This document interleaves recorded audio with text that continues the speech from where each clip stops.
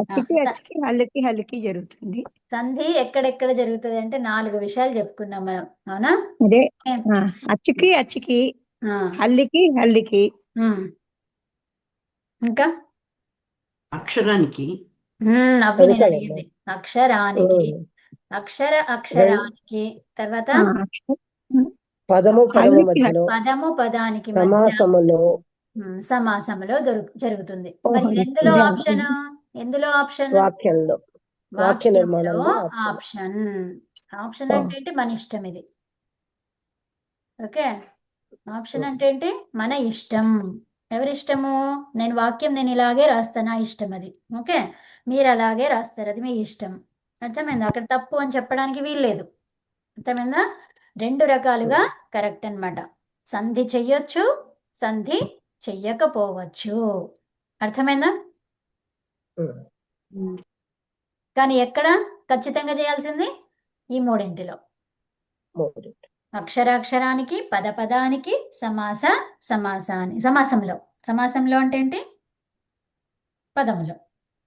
So ఇప్పుడు ఆ ఈ పదము అంటున్నాం చూడండి, ఆ పదము సమాసం అవ్వక్కర్లేదు. ఓకే, పదంలో సమాసం అయ్యే అక్కర్లేదు. అది 2 పదాలు ఉండొచ్చు. అర్థమైందా? ఇక్కడ సమాసం అంటే ఏంటి? అందులో లోపించినటువంటిది, అవునా? అది అంటే అప్పుడే సమాసం అంటాం దాన్ని. అక్కడ సుప్పు లోపిస్తేనే సమాసం అంటాం. సమాసమేమో ఖచ్చితంగా పదాలు ఉండాలి. ఇక్కడ ఈ పదం అనేది సమాసం అయ్యే అక్కర్లేదు. అది అదనమాట వాక్యంలో మన ఆప్షన్. ఓకే, సరే. ఇప్పుడు జన ధాతువుని చూస్తున్నాం మనము. నిన్న చెప్పుకున్నదే మళ్ళీ ఒక్కసారి చెప్తున్నాను. ఈ జన్ తర్వాత తిప్. ఈ తిప్ వచ్చేసరికి ఏమైంది? అది పిత్. పిత్ కాబట్టి ఇంగిత్తువత్తు భావము లేదు. ఉందా? లేదు. సో ఇప్పుడు తిప్పుకి ఏమైంది? ఇదేమన్నాము? జననే పరస్మైపది కదా, పరస్మైపది కాబట్టి మనం తిప్పని రాసాము, అవునా? తర్వాత ఇప్పుడు ఏమైంది? ఇంకా జన్నని ఇలాగే చేసుకోవాలి, ద్విత్వం, అవునా? ఇంకా దాంట్లో ఏమీ లేదు మనకి కనిపించేది కదా, ద్విత్వం అలాగే చేసుకుంటాం. ఇక్కడ గుణం చేద్దామా అంటే గుణానికి కావాల్సినటువంటి ఎక్కువ వర్ణాలు లేవు ఇక్కడ. కాబట్టి ఆ గుణం చేయకముందే ఇంకా గుణం అయిపోయింది, చూసుకున్నామంటే అయిపోయినట్టే, చేసేసినట్టే అక్కడ.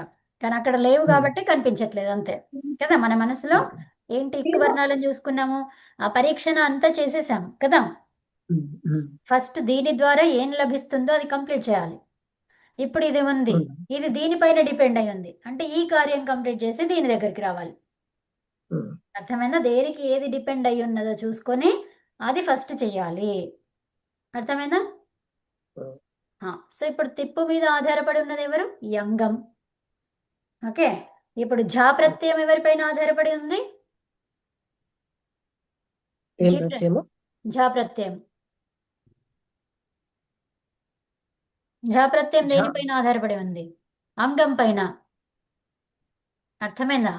అదంతంగం ఉంటే, అనదంతంగం ఉంటే, తర్వాత ద్విత్వం అభ్యస్తం ఉంటే అని చెప్పుకున్నాం కదా. అంగం పైన డిపెండ్ అయి ఉన్నది ఝా ప్రత్యయం. అంటే అంగ కార్యం కంప్లీట్ చేసి ఝా దగ్గరికి రావాలి.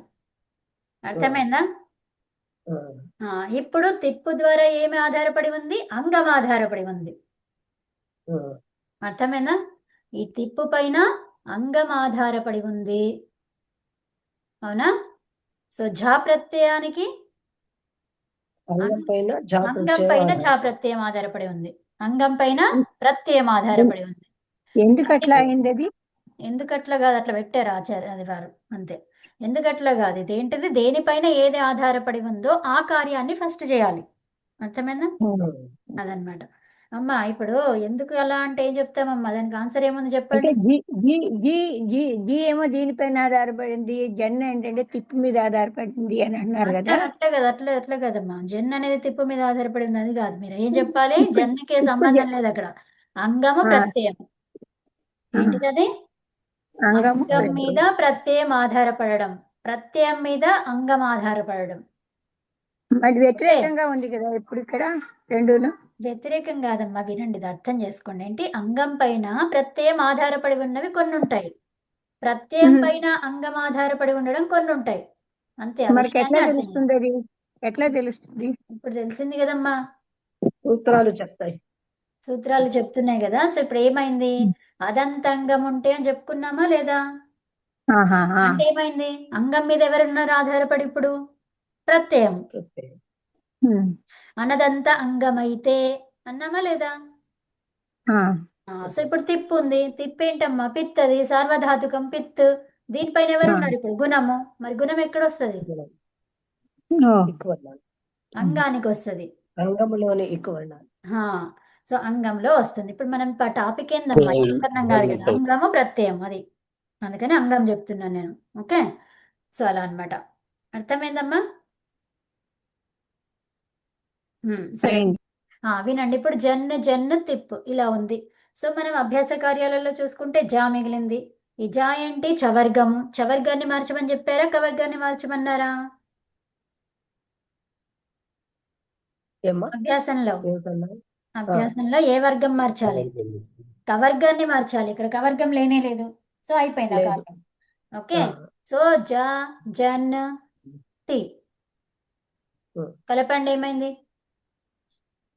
జజంతి. జయంతి. అంతే, జజంతి ఏకవచనంలో వచ్చింది, ప్రథమ పురుష ఏకవచనంలో. తర్వాత ఇప్పుడు తస్కి ఏమైంది? తస్ సార్వధాతుక అపిత్ సార్వధాతుక ప్రత్యయం.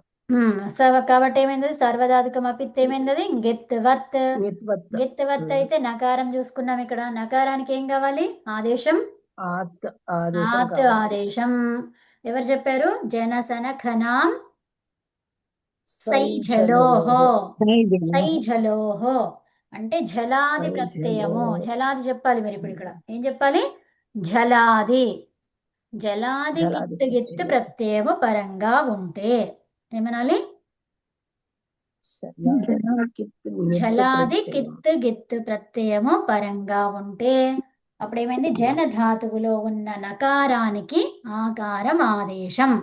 అంగములో ఉన్నటువంటి జనధాతువుకి. ఓకే, జన్.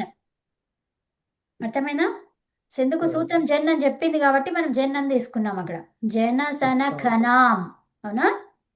సో జన్ అని చెప్పింది కాబట్టి జన్ అని తీసుకున్నాం. అంగములోని జన్. ఓకే, అందులో ఉన్న నకారానికి ఆత్ ఆదేశం.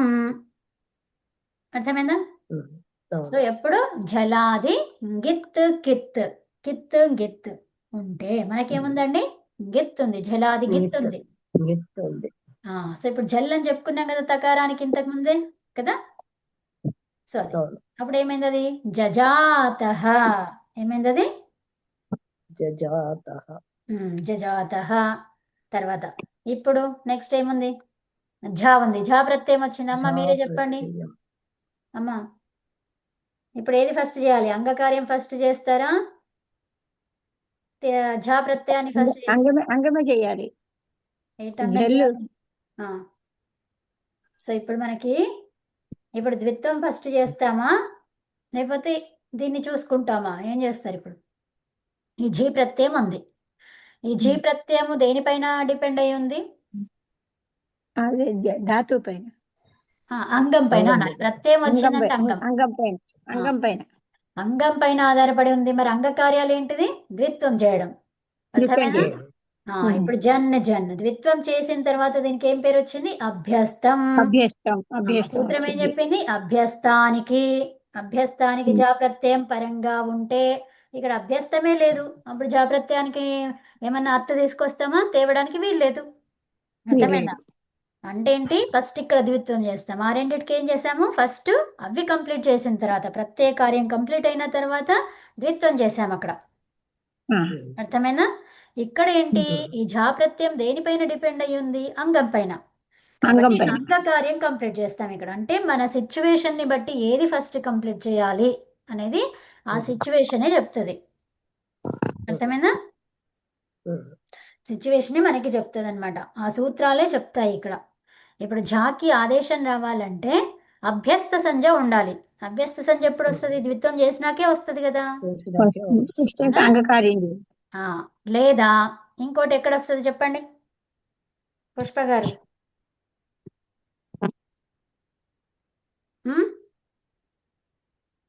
మూర్తి గారు చెప్తారా? ఏందంటారమ్మా? ఏమంటారు? ఈ అభ్యస్త సంధ్య రెండు రకాలుగా వస్తాయని చెప్పుకున్నాం మనం అవునా. ఒకటేమో ద్విత్వం చేసినప్పుడు, ఇంకోటి డైరెక్ట్ గా దేంట్లో ఒక డైరెక్ట్ గా ఆ జక్షు అగణంలో ఉన్న ధాతువులకి అభ్యస్త జక్షిత్యాదయ సంజ్ఞ షట్. వస్తుంది. ఏంటది? జక్షిత్యాదయ జక్షిత్యాదయ షట్ షట్. అంటే ఏంటి? 7 ధాతువులు. ఈ షట్ అంటే 6 ధాతువులు, జక్ష ధాతువుని పట్టుకొని 7 అవునా. ఈ 7 ధాతువులకి అభ్యస్త సంజ్ఞ వచ్చింది, ద్విత్వం చేయనక్కర్లేదు. అంటే ఇప్పుడు ఈ జన్య ధాతువు జక్షిత్యాది గణంలో ఉందా లేదా గమనించాలి. అర్థమైందా? ఏం గమనించాలి? జనధాతువు జన్ ధాతువు ఆ. అభ్యస్త సంజ్ఞ ఉందా? జక్షిత్యాది లేదు. గణంలో ఉన్న ధాతువులు ఏంటివి చెప్పండి? జక్ష ఏమేమి ఉన్నాయి ఇంకా? ఆ, జక్షం, జాగృ, దరిద్ర, జాగ్రి. చకాశ్రు, ఒక్క నిమిషం అమ్మ. ఆ. జాగ్రి తర్వాత జాగ్రి, దరిద్ర, దరిద్ర, చకాశ్రు, చకాశ్రీ, చకాస్. అవి విడిది ఆ, చెప్పండి. చ- అనుబంధాలు శాస్, తీసేసి చెప్పండి. చకాస్, శాస్, షాస్, ఇది దీధీంగ్, దీధీంగ్, లో నిధి, వేవింగ్. దేవి కదా. ఉత్తమం. ఉమ్, సో జక్షి, జక్ష అవునా. జక్ష ఏమన్నాము? నిద్రాక్షయ కాదు. జక్ష ఏంటిది? భక్ష హసనయోః. భక్ష హసనయో. హా కాదు. హానా? భక్ష భక్ష తర్వాత ఏంటి? హసనయోః. హసన నవ్వడం. తినటము, నవ్వటము. సో తింటున్నాడు, నవ్వుతున్నాడు. ఆ, ఉమ్, ఏమైంది? జక్షిత్యాదయ షట్ అన్నాం. అంటే ఈ 7 ధాతువులు 7 ఉన్నాయా మనకి? ఇప్పుడు చూడండి, ఈ 7 ధాతుల్లో ఉన్నాయి. జన్ను కనిపిస్తుందా మనకి? లేదు. లేదు. మరి ఇది డైరెక్ట్ అభ్యస్త సంజ్ఞ వస్తుందా? లేదు. దాన్ని ద్విత్వం చేస్తేనే వస్తుంది. అర్థమైందా? అవును. 2 విధాలుగా మనం చెప్పుకున్నాం. ఈ ధాతువులు, ఆ 7 ధాతువులు మనకి నోటికి వచ్చేసేయాలి. ఎందుకు అంటే ఇప్పుడు జన్ ధాతువు ఉంది. సో దీనికి డైరెక్ట్ అభ్యస్త సంజ్ఞ వచ్చిందా లేదా తెలుసుకోవాలి కదా. అవును. అంటే ఈ 7 ధాతువులు తెలియాలి. జక్షు, జాగ్రి, దరిద్ర, చకాశ్రీ, శాస్త్రి, తర్వాత దీధీంగ్, వేవింగ్. సో జక్షి శాస్, అంటే ఏంటి? దీధీంగ్, వేవింగ్. జక్ష ధాతువుకి అర్థం ఏం చెప్పుకున్నాము? భక్ష హసనయోః.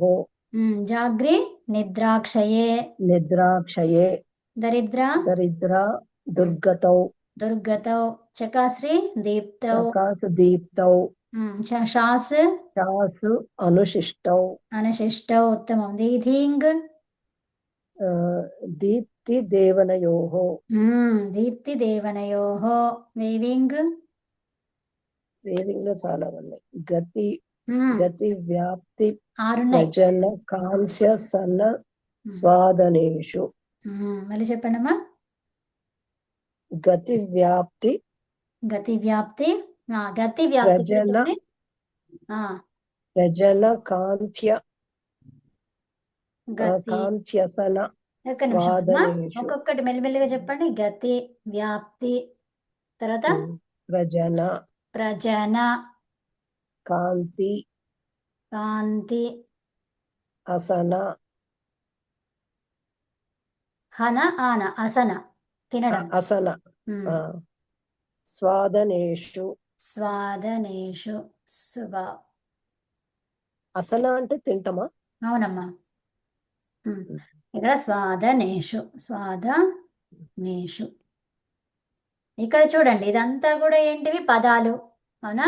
పదమా లేకపోతే శబ్దమా? ఐ మీన్ పదమా లేకపోతే వాక్యమా? పదాలు. అన్ని కూడా పదాలే. పదాల మధ్య ఏం జరగాలి? సంధి జరగాలి. సంధి జరగాలి. పదాలకి మధ్య ఏం జరగాలని చెప్పుకున్నాం? సంధి అనివార్యం. సంధి అనేది అందుకనే ఇక్కడ కాంతి, అసన మధ్యలో కాంతి, అసన. ఒక్క నిమిషం అమ్మ, ముందెళ్ళకండి, కొంచెం ఆగండి. అనివార్యం. సంధి అనేది ఏంటిది? అనివార్యం. ఎందుకు? ఎక్కడ అనివార్యము? పదాలకి మధ్య. అది వాక్యం కాదు. వాక్యం అయితే నీ ఇష్టం నా ఇష్టం అని చెప్పుకునే వాళ్ళము.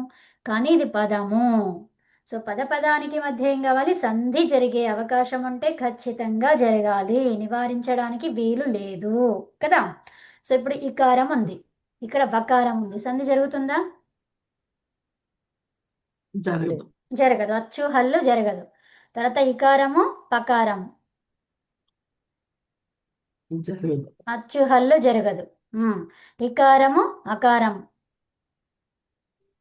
జరుగుతుంది. జరగాలి, ఖచ్చితంగా జరగాలి కదా. సో ఇప్పుడు ఏమైంది అది కాంత్యవ, ఇక్కడ ఈకారానికి ఏమొచ్చింది యా వచ్చింది, యన్ వచ్చింది. ఓకే, కాంత్యవ. సాకు దీర్ఘం, సాన అవసా అసన, అసన కరెక్ట్, అసన అంతే, దీర్ఘం ఏం లేదు. ఓకేనా, అర్థమైందా? తర్వాత నాలో ఏముంది, ఆ ఉంది, తర్వాత సా ఉంది. సంధి జరగాల?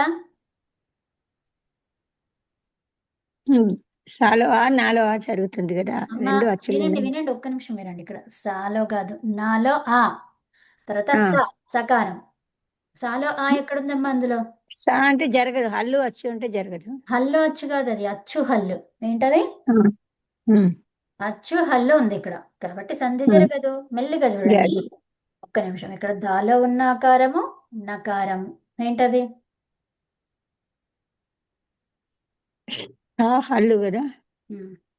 ఏది నా హల్లు అమ్మా? అమ్మ దా హల్లు ఏంటి?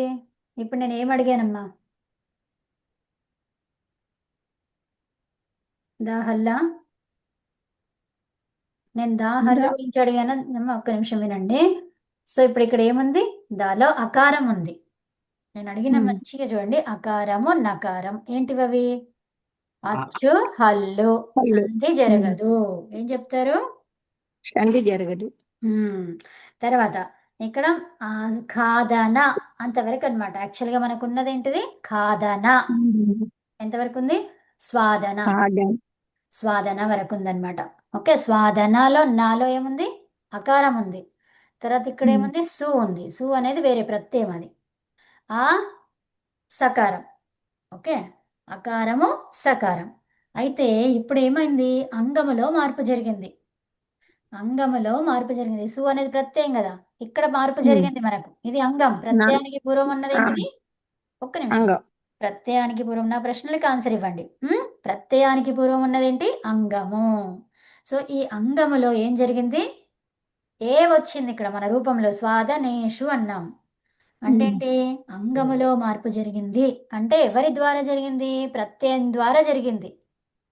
అర్థమైందా? అంగములో మార్పు ఎలా వచ్చింది? ప్రత్యయం ద్వారా. ఆ పక్కన అది ఉండడం చేత వచ్చింది. అర్థమైందా? అది ఉండడం చేత ఇక్కడ ఏకారం వచ్చింది. అకారాంతానికి ఏకారం ఆదేశం. ఎప్పుడైతే ఏకారం ఆదేశం అయ్యిందో ఇప్పుడు ఏమైంది, ఈ అంగం ద్వారా దీనికి మార్పు వచ్చింది, ప్రత్యయానికి. ఏమైంది? సకారము సకారంగా మారింది. షకారంగా మారింది. ఉత్తమం, షకారంగా. ఓకే, అందుకని నేషు అయ్యింది. ఒకదానికొకటి అవినాభావ సంబంధంతో ఏమైంది, మార్పులు జరిగాయి. ఓకేనా? అది అంటే ప్రత్యయము పరంగా ఉంటే అంగములో మార్పు జరిగింది. అంగములో మార్పు జరగడం చేత ప్రత్యయములో మార్పు జరిగింది. అంటే దెబ్బ తగిలింది. దెబ్బ తగిలిన తర్వాత ఏమైంది, శరీరములో మార్పు జరిగింది. ఆ మార్పుకి మళ్ళీ ఏం చేయాలి, మందు తీసుకోవాలి. మందు తీసుకుంటే ఏమైంది, ఇప్పుడు ఆ దెబ్బలో మార్పు జరిగింది. అర్థమైందా? సో ఇప్పుడు శరీరము, దెబ్బ. ఓకే, ఈ దెబ్బ తగలడం చేత ఏమైంది, శరీరంలో మార్పు జరిగింది. ఈ శరీరానికి మందు తీసుకుంటే ఏమైంది, అది ఈ దెబ్బలో మార్పు జరిగింది. అంటే ఏంటి, ఆ గాయం మానిపోయింది. అర్థమైందా? గాయం ఉందా, మానిపోయిందా? మానిపోయింది. మారిపోయింది. సో అదనమాట. అంటే శరీరము, దెబ్బ. సో ఈ దెబ్బ ద్వారా ఏమైంది, శరీరములో మార్పు. మందు తీసుకున్నాము, మళ్ళీ దెబ్బలో మార్పు. అర్థమైందా? సో ఆ దెబ్బ ఏమైంది, అది దెబ్బ యొక్క గాయం ఉందా? లేదు. లేదు. ఈ దెబ్బ అనేది మొత్తానికి పోయింది, ఎగిరిపోయింది కదా. ఎందువల్ల? శరీరములో మనము మందు తీసుకోవడం చేత. అర్థమైందా? అట్లాగే ఇక్కడేంటి, ఆ ప్రత్యయం వచ్చి ఏం చేసింది, అంగాన్ని మార్చింది. మరి అంగం మారిన తర్వాత ఏమైంది, ఆ ప్రత్యయ రూపం మారింది. అర్థమైందా? ఆ దెబ్బ అనేది ఉందా? లేదు, దానికి అస్తిత్వం లేకుండా పోయింది ఇంకా. అట్లాగే సో ఇక్కడ అస్తిత్వం ఉండొచ్చు, ఉండకపోవచ్చు. చాలా పెద్ద దెబ్బ ఉంది, స్కార్ అయిపోయింది అది.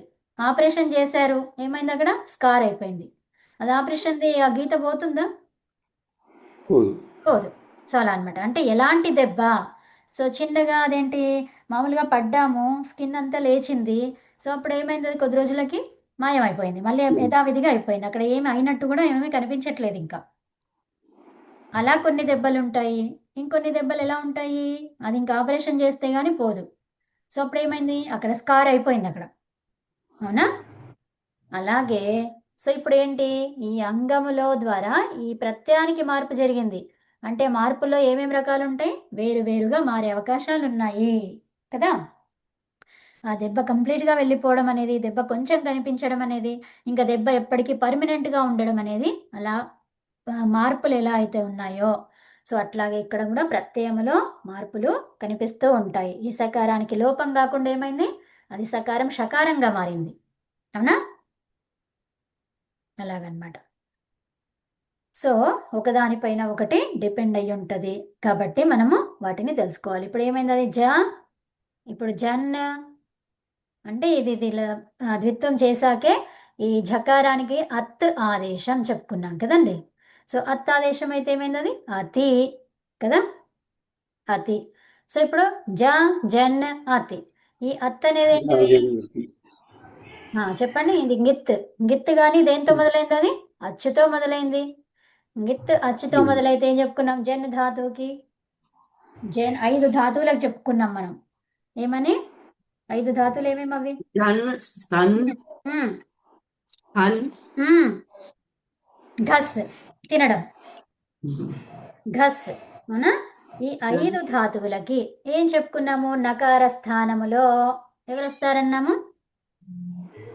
ఆ వస్తుంది. ఇలా రావాలంటే ఏముండాలి, గిత్ అయినటువంటి అచ్చు ప్రత్యయం ఉండాలి. అవునా? మరి గిత్తేనా ఇది, అపిత్. అపిత్ ఏమన్నాము, పకారం లేదు ఇందులో, ఉందా? ఝా ప్రత్యయంలో పా ఉందా? లేదు. కాబట్టి దీన్ని ఏమన్నాం, అపిత్ అన్నాము. అపిత్. మరి దీనికి ఝీకి ఆదేశం అత్ కదా, అతి కదా.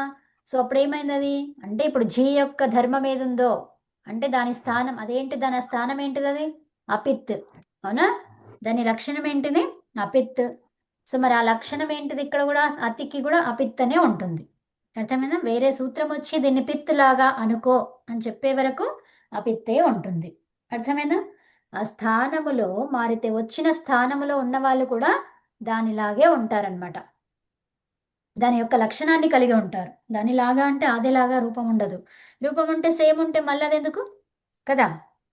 వేరే వాళ్ళు రావాలి, దాని రూపం వేరుగా ఉండాలి, కానీ లక్షణం సేమ్ ఉంటుంది. అర్థమైంది? అపియరెన్స్ వేరు. ఇప్పుడు నా ప్లేస్లో ఉషా గారు ఉన్నారు, ఉషా గారు వచ్చారు. సో అయితే మేమిద్దరం ఒకేలాగా ఉన్నామా అపియరెన్స్లో? లేము. కానీ నా స్థానంలో వచ్చారు కాబట్టి నేను ఏవేవి రూల్స్ పాటిస్తానో అవే రూల్స్ సేమ్ ఉషా గారు కూడా పాటించాలి. అర్థమైందా? ఇప్పుడు మూర్తి గారు ఉన్నారు, మూర్తి గారి ప్లేస్లోకి ఉషా గారు వచ్చారు అంటే మూర్తి గారి లక్షణాలు ఏమున్నాయో అవి, అంటే వారి ఇప్పుడు వారి యొక్క లక్షణం అంటే ఏంటి, వారి ఏమంటారు, పనులు ఇవి చెయ్యాలి అనేది ఉంది. సో ఏవేవి, కొన్ని పనులు ఉంటాయి వాళ్ళకి, ఇది కేటాయించిన పనులు ఏవైతున్నాయో అవే చేయాలన్నమాట మీరు. అర్థమైందా? ఇప్పుడు మనకి ఒక వర్క్ ప్లేస్లో ఒకరు రాలేదు, వారి ప్లేస్లో మీరు వెళ్ళి కూర్చుంటారు. కూర్చొని ఏం చేస్తారా, మీ ఇష్టం ఉన్నవి చేస్తారా, లేకపోతే ఆయన చేసే పనులే చేస్తారా? చేసే పనులు కంటిన్యూ చేయాలి. అది అందుకే మిమ్మల్ని ఆ ప్లేస్లో కూర్చోబెట్టారు కదా, ఆయన చేసే పనిని నువ్వు చేయమని కదా. ఆయన రాలేదు కాబట్టి ఆయన చేసే పనిని నువ్వు చేయమని చెప్పేసి ఆయన ప్లేస్లో కూర్చోబెట్టారు. అంటే అపియరెన్స్లో ఎవరున్నారు, వేరే వాళ్ళు ఉన్నారు, కానీ చేసే కార్యం ఏంటి, వారి కార్యమే. అలాగనమాట. అంటే జీ స్థానంలో ఎవరొచ్చారో అత్త వచ్చింది, కానీ అత్త వచ్చి ఏం చేస్తుంది, దాని లక్షణాన్నే కలిగి ఉంది, ఆ జీ యొక్క లక్షణమే కలిగి ఉంది. మరి ఆ జీ లక్షణం ఏంటి, అపిత్. అర్థమైనా? సో ఇప్పుడు అతి అనేది కూడా అపిత్తే. సో అపిత్తులన్నీ కూడా ఎలా అన్నాము, గిత్ వత్. సార్వధాతుకం అపిత్ ఏంటి, గిత్ వత్. సో గిత్ అయింది. ఆ గిత్ ఎలాంటిది మరి, అచ్చుతో మొదలైనటువంటిది కదా.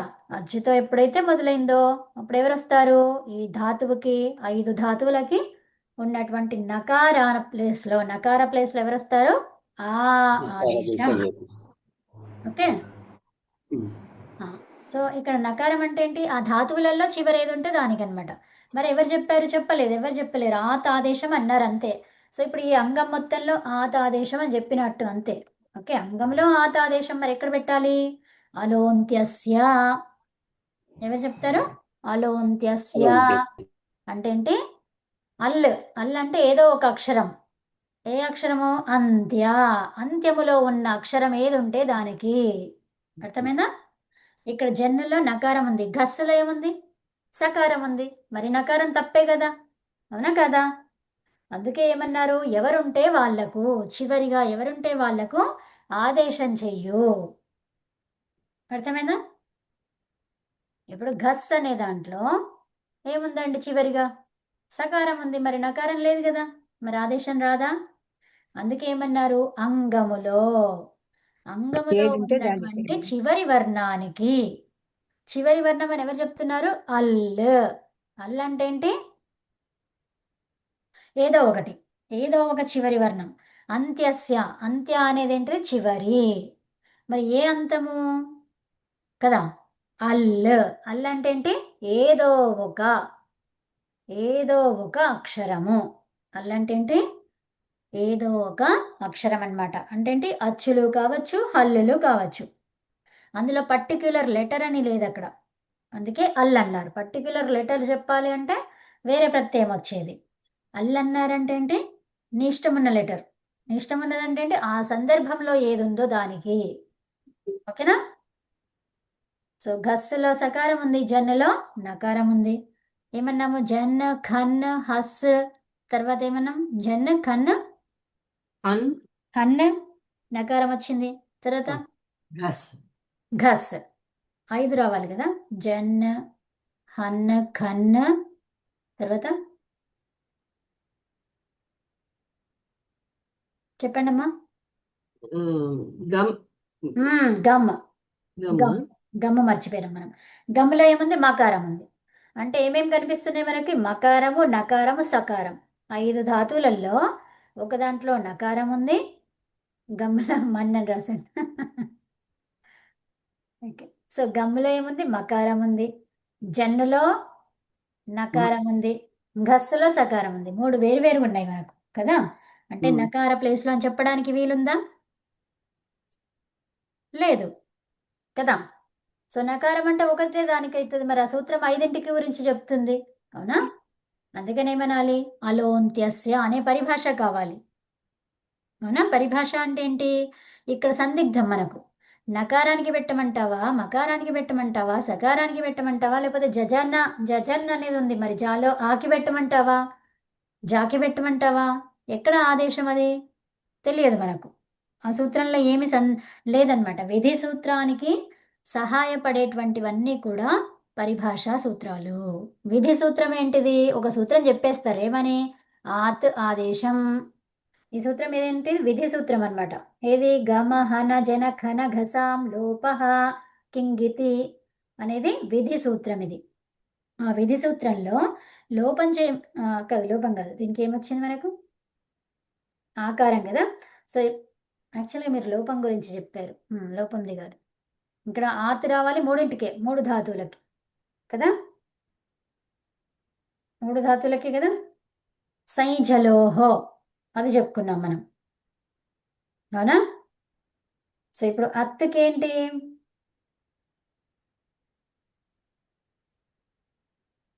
ఇది లోపం కావాలి ఇక్కడ, అవునా? ఇక్కడ ఆత్ కాకుండా లోపం కావాలి ఇక్కడ. లోపం ఎక్కడ కావాలి? ఉపధా. ఇది తప్పు చెప్పాను నేను ఇందాక. సో ఈ 5 ధాతువులో ఉన్నటువంటి ఉపధాకి లోపం కావాలి, ఓకేనా? సో అది హల్ ఉన్నప్పుడు, ఇదేమో అచ్చు ఉన్నప్పుడు కదా మనం చూసేది కదా. అర్థమైందా అండి?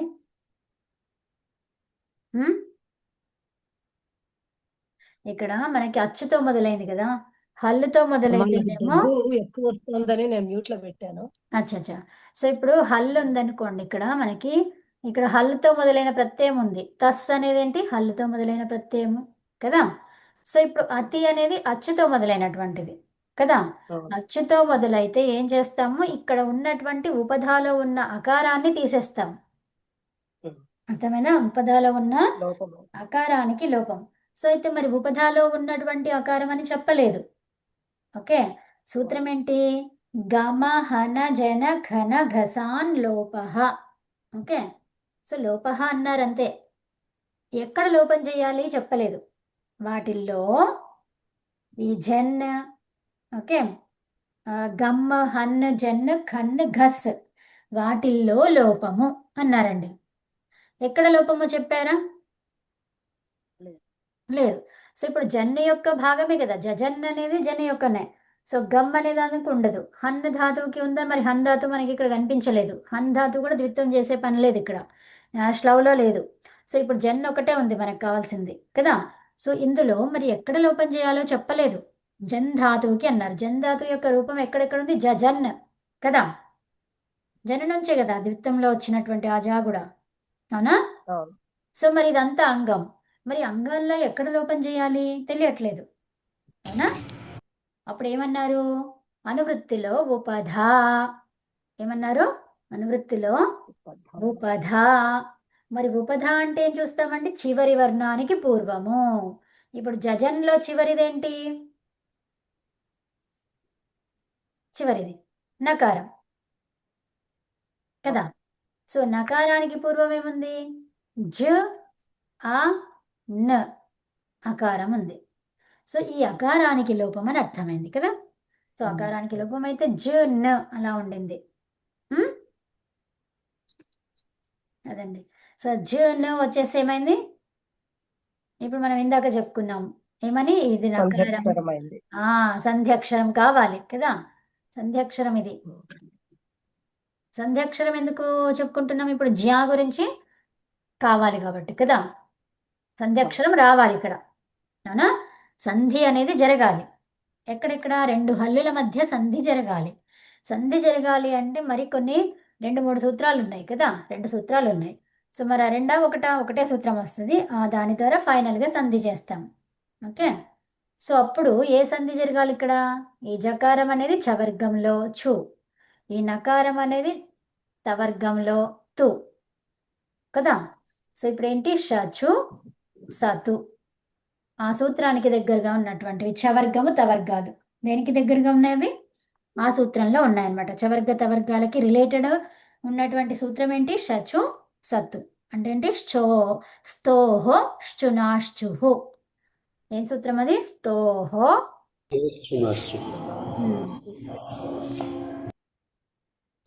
శునా. ఇదే విభక్తిలో ఉంది, అది తృతీయాలో ఉంది. లతా, సో లతయా, అవునా? అశ్చున. గురునా, గురు ఊ ఉంది కదా. చు అంటే ఏంటి? ఉకారాంతం. ఉకారాంత శబ్దాలు చెప్పండి. గురు. తృతీయాలో ఏముంది? గురునా. అంటే ఏంటి? స్తోహో శునా శుహు. స్తోహో అంటే ఏంటి? షష్ఠిలో ఉంది అది, పంచమి షష్ఠి, అవునా? సో పంచమి షష్ఠి అంటే ఏంటి? 2 ద్వివచనం అది. స్తోహో అంటే ఏంటి? సకారము తవర్గము. శునా అంటే ఏంటి? 3, 2 ఏమున్నాయి అక్కడ? తృతీయాలో షకారం గాని చవర్గం గాని ఎలా మారుతుంది ఇప్పుడు? షకారము చవర్గంగా 1, 2. అర్థమైందా? 1, 2గా ఎవరు మారాలి? స్తోహో 6th విభక్తి మారాలి. అర్థమైందా? అదనమాట. సో ఇదంతా కాకుండా మీరు సూత్రం కాకుండా ఇప్పుడు ఈ సూత్రం యొక్క ఫోకస్ కాకుండా ఇప్పుడు ఏం చేస్తారు మీరు? ఈ సత్తు షచు ఇవి చూస్తున్నారు కదా. ఈ సత్తు షచులో ఎవరు మారాలి? సత్తునే మారాలి. మరి సత్తులో మనకి ఇక్కడ ఏముంది? తవర్గము ఉంది. మరి షచులో వర్గానికి సంబంధించింది ఏంటి? చవర్గం. సో అప్పుడు ఏమైంది? అది ఈ తవర్గము చవర్గంగా మారాలి. అంటే తవర్గ స్థానం ఏంటో కనుక్కోవాలి. ఇప్పుడు ఈ నకారం యొక్క స్థానం ఎంత? 5th స్థానం, 5th ప్లేస్. సో ఇప్పుడు చవర్గంలో 5th ప్లేస్ ఏంటి? ఈ అంటే ఇక్కడ నకార స్థానంలో ఎవరు వచ్చారు ఇప్పుడు? అర్థమైందా? సో ఇప్పుడు మనకి సంధ్యాక్షరం ఇంకా సంధ్యాక్షరం చేయడానికి ఎవరు ఆపట్లేదు, ఇక అయిపోయింది, దాని క్రియ అయిపోయింది. సో ఇప్పుడు జాకి యాకి కలిపి ఏమైంది, సంధ్యాక్షరం ఏమి ఏర్పడింది, జ్యా. ఓకే, సో జ్యా జ్యా. ఓకే, ఇక్కడ దీని పక్కన ఎవరున్నారు, అకారం అచ్చు ఉంది కాబట్టి జ్యా అయిందనమాట. ఇప్పుడు ఇది ఈ జ్య తర్వాత ఆ కలపండి. ఇప్పుడు ఎట్లా కలుపుతారు, ఇది హల్లు ఇది అచ్చు కలుపుతామా, సంధి జరుగుతుందా, జరగదు. జరగదు. ఏం జరగాలి మరి, జస్ట్ కలపడమే కదా, ఏమంటాం గుణింతం అంటాం వాటిని కదా, కవర్గానికి. సో కు కలిపితే ఏమంటాము కా, గుణింతం కదా. ఆ గుణింతమే ఆనుపూర్వి. ఆనుపూర్విని ఏం చేస్తున్నాం మనము, కలుపుతున్నాం, జస్ట్ కలిపేస్తున్నాం, సమూహం చేస్తున్నాం, దాన్ని రెండు దగ్గరగా రాసుకుంటున్నాం అంతే.